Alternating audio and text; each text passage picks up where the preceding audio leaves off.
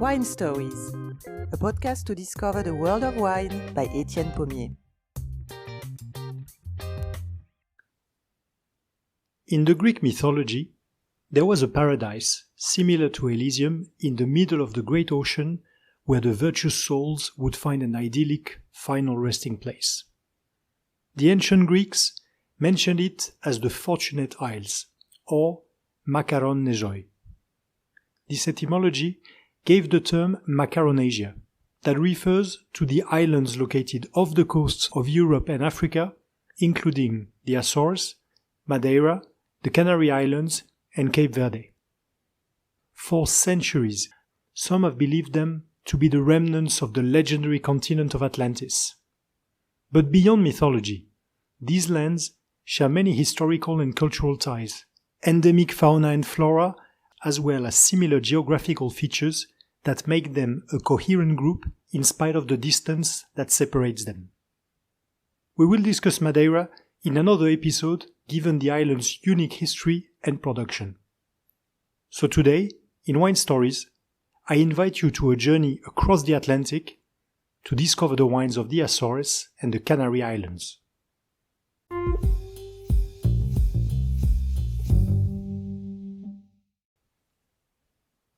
From a geological standpoint, the Azores and the Canary Islands share a common origin, for they are both located on hotspots of the Earth's crust, where the magmatic mantle rises to the surface, fueling an intense volcanic activity.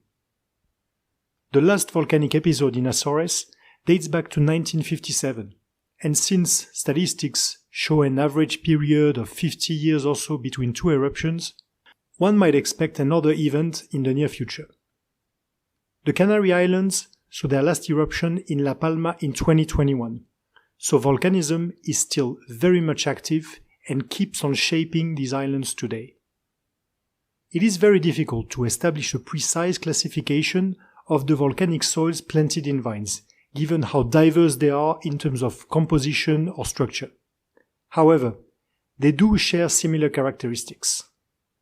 These are generally poor and well-drained soils with a low organic matter content, features commonly seen as qualitative for viticulture. Besides, these islands are located on the path of the Canary Current that causes the rise of cool, nutrient-rich deep waters to the surface. This phenomenon, called upwelling, not only nourishes a rich marine life in the islands, but also tempers their climate. The average temperatures vary from 16 to 25 degrees all year long, and, unlike on the mainland, heat spikes over 32-33 degrees are rare. These conditions are well suited to viticulture and the production of wines with a lower level of ripeness and alcohol that the latitude may suggest, with ABV levels typically ranging from 11.5% to 13.5% alcohol. Besides, the isolation of these lands has encouraged the use of local varieties instead of international ones, while shielding some of these remote vineyards from certain pathogens. For example, there is no phylloxera in the Canary Islands. Finally, the constraints induced by the climate and terroir of these islands have given birth to some of the most astonishing styles of viticulture, starting by the unique vineyards of the Azores.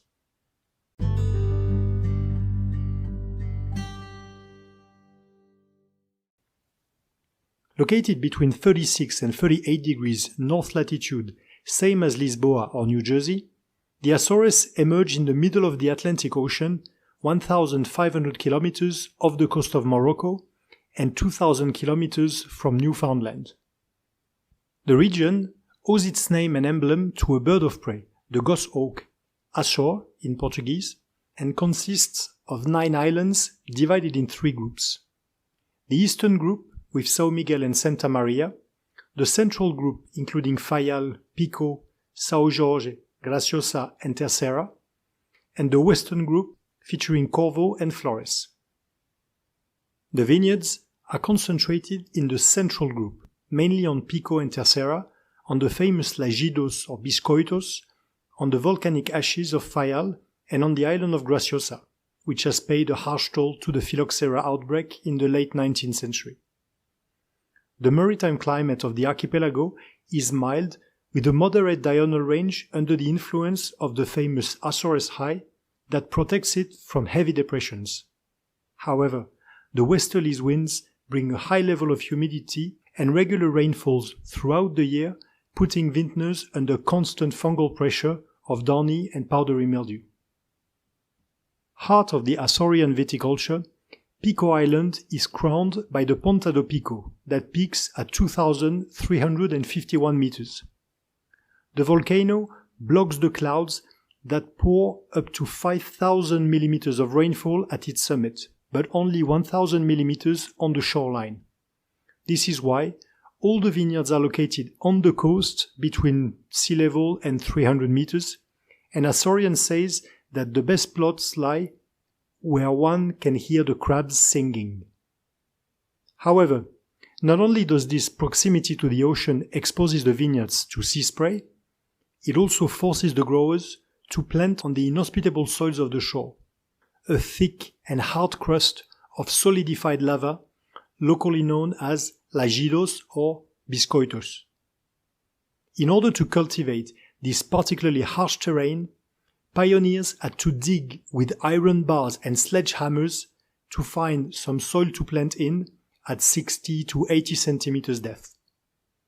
The stones extracted were then used to build dry walls as a protection against marine breezes, giving birth to one of the most astonishing vineyard landscapes in the world, the Currais or Curaletas, as a reference to their unique tree-like pattern, since the word curral means coral in Portuguese.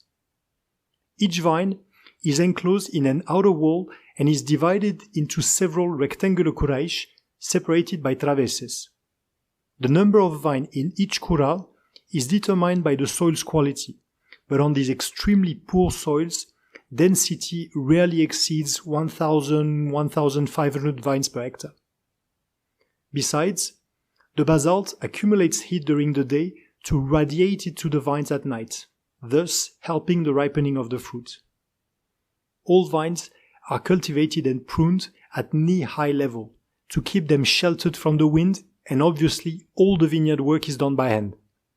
Shaped by this heroic viticulture, the landscape of Pico Island has been registered as a UNESCO World Heritage Site since 2004 for the extraordinarily beautiful human-made landscape of small, stone-walled fields is a testimony to generations of small-scale farmers who, in a hostile environment, created a sustainable living and much-valued wine.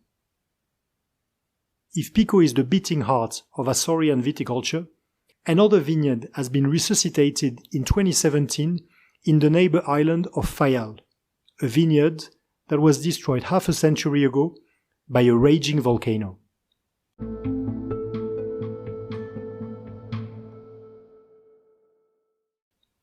On September 23, 1957, Fayal fishermen reported that the ocean had started boiling near the north coast of the island, and a few days later, a massive ash cloud several kilometers high was covering the area, forcing the inhabitants to leave the village. The subsequent eruption lasted over a year and covered parts of the village as well as the island's sole vineyard. When the ashes finally settled and cooled, a new crater had appeared, the Vulcão dos Capelinhos. The Capelinhos lighthouse, that used to be on a cliff overlooking the ocean, resisted the eruption, but is now in the middle of a plain 200 meters from the shoreline. In 2008, Gianni Macassola and Cinzia Caiazzo bought a property in the village and later learned about the existence of a vineyard buried under the volcanic sand of their property. That's when they decided to replant a plot in vines on this new terroir to recreate the lost vineyard of Fayal. In 2017, 60 years after the eruption, Adega do Vulcão launched its first vintage of Ameixambar, which means amber rock, a blend including the wine from Capelinhos, thus celebrating the renewal of viticulture on the island. The Azores IGP denomination includes all the wines made in the archipelago, which also features 3 denominations of origins created in 1994. The vast majority of the production is centered around 3 signature varietals of the islands: Arinto dos Azores, Verdelho, and Terrantes do Pico. Arinto dos Azores offers a sharp acidity and a bouquet ranging from floral notes to citrus, as well as green fruits such as papaya or honeydew melon.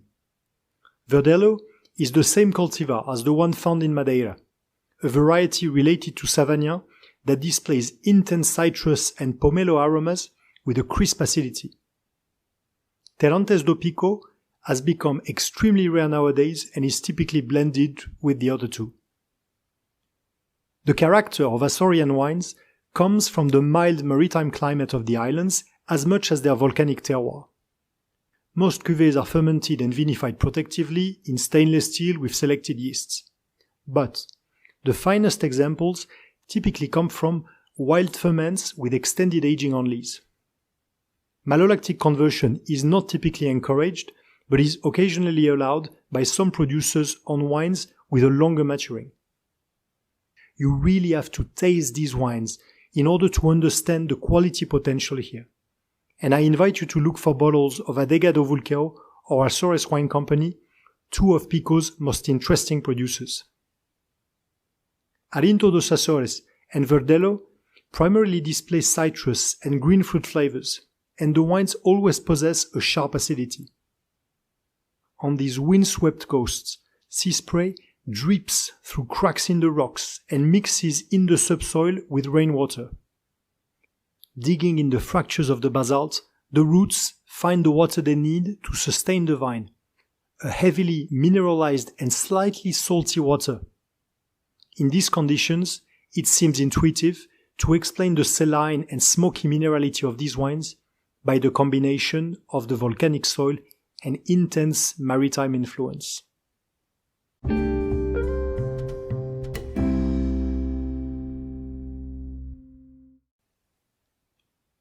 The Canary Islands are located to the south of Azores by 28 degrees of latitude, 100 miles off the coast of Morocco.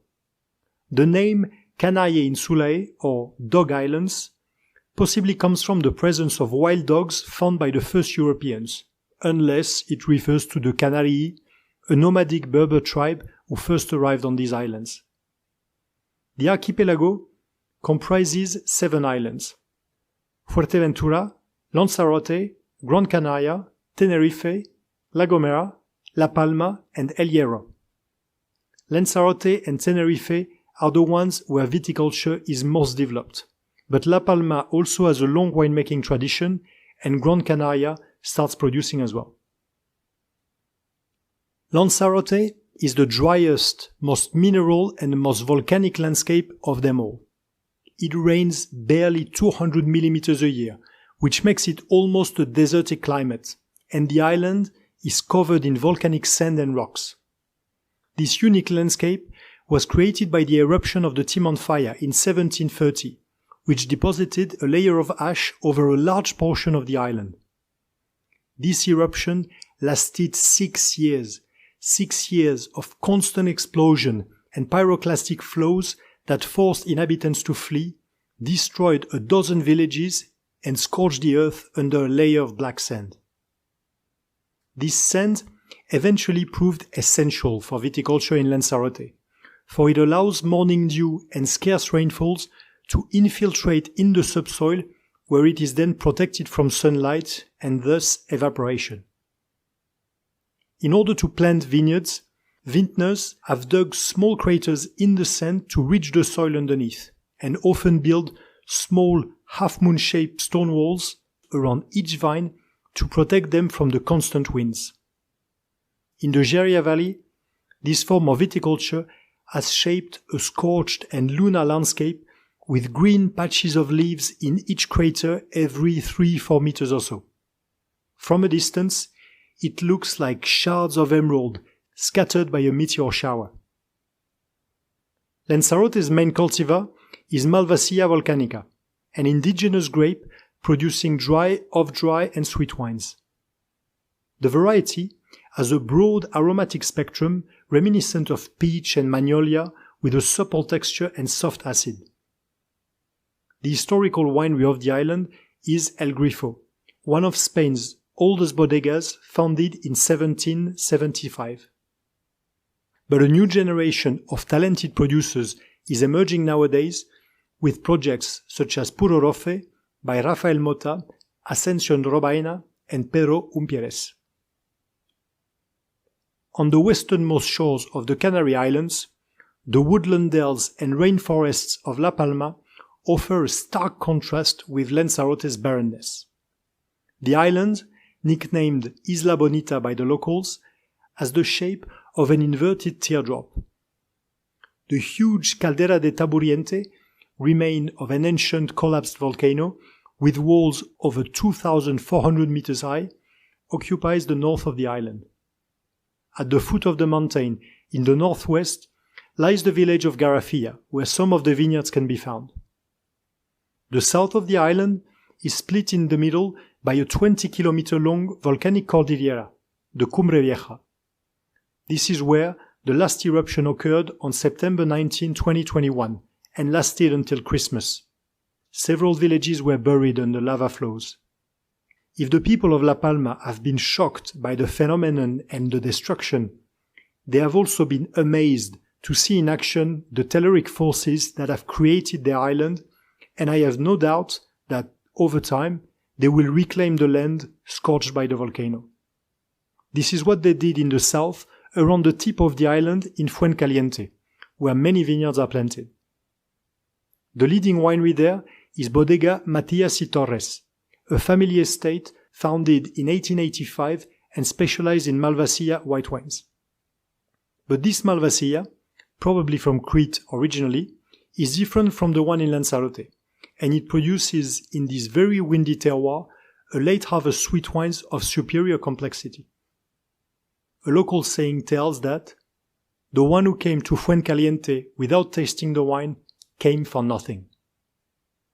There are also dry white wines made from varieties such as Albello Criollo and a few reds, but the island's enological oddity is the Vino de Tea. Tea is the name of the Canarian pine tree that grows abundantly in La Palma. In the past, it was used to make barrels since there are no oak trees on the island, and few growers perpetuate the tradition of maturing red wines made from Negramol in pine barrels. Now made with white grapes as well, this winemaking process gives a unique wine with a powerful nose of pine resin. It's an acquired taste, but it reminds of the flavors of the Greek Retsina.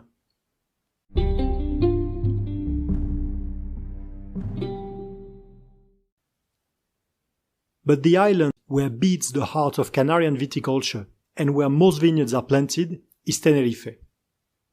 The largest one in the archipelago, Tenerife is crowned by Spain's highest point, the Teide.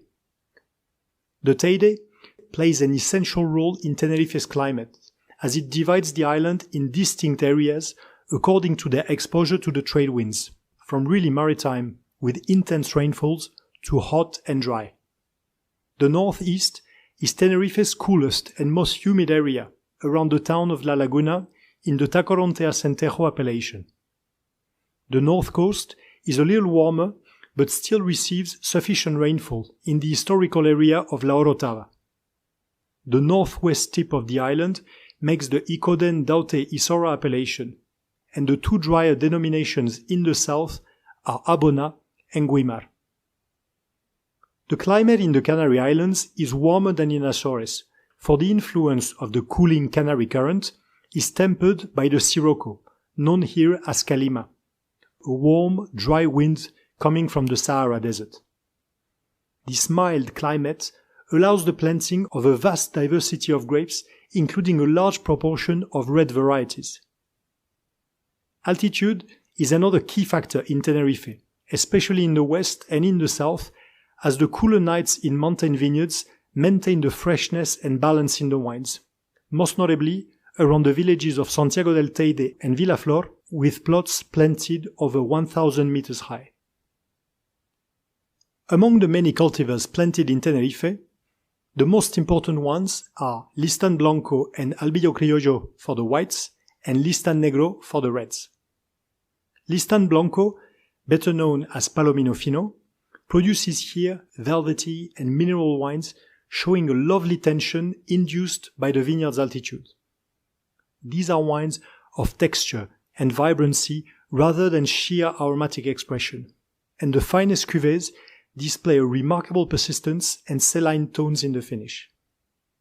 Albillo Criollo is another white variety that produces slightly richer, fuller wines with a more expressive aromatic profile between white fruits and floral notes. Finally, Listan Negro is the main red cultivar in Tenerife, an indigenous variety perfectly suited to the mild maritime climate and volcanic soils of the island. Listan Negro is a true Atlantic grape that gives pale ruby wines offering lifting notes of slightly sour red berries, elderberry, and peppery undertones. Moderately tannic, it has a fine grain and bright acidity, crafting wines full of energy and character with moderate alcoholic degrees, typically around 12.5%. Old vines of Listan Negro, such as the Taganian Margalagua vineyard of Envinate, reach a level of finesse and elegance mind-blowing for those who have never tasted Canarian wine, and matching the comparison with any lifted red wine made on the continent. For beyond the climate and the quality of the terroirs, Canary Islands, and Tenerife in particular, are blessed not to be afflicted by phylloxera, and historical plots are often centenarian. Bodega Suertes del Marqués owns some very old vines, possibly over 200 years old. Exceptional vines on more than one account, since, unlike other regions where vines are planted every 1 or 2 meters, the oldest vineyards in La Orotava are planted every 10 meters or so. Vines are conducted following the cordon trenzado method. The cordons are literally braided along the trellis and can reach 15 meters in length. This unique viticultural heritage is the pride of Tenerife growers and gives birth to some of the finest wines in Spain, both in white and red. The figureheads of the island are Suertes del Marqués, run by Jonathan Garcia Lima, as well as Envinate, a project gathering Alfonso Torrente, José Ángel Martínez, Laura Ramos, and Roberto Santana. But the local scene is very dynamic, with plenty of emerging young bodegas, such as the newly founded Tierra Fundida by Loreto Pancorbo and Gabriel Morales.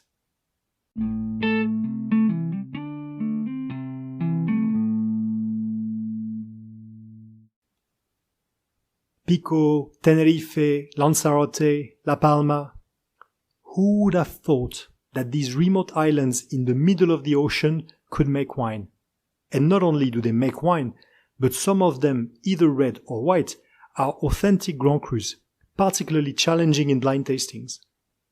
On these windswept and apparently inhospitable islands, men have invented and perfected some of the world's most astonishing viticultural methods thanks to hard work and unbending resilience. On these lands that many have long thought to be the remains of a lost continent, generations of growers have managed to preserve a formidable natural and traditional heritage. A song of water and fire, the wines of the Azores and the Canary Islands are Atlantic wines charged with the energy of the ocean that offer a unique tasting experience as well as an invitation to set sails. After all, what if that was the real treasure of the mythical Atlantis?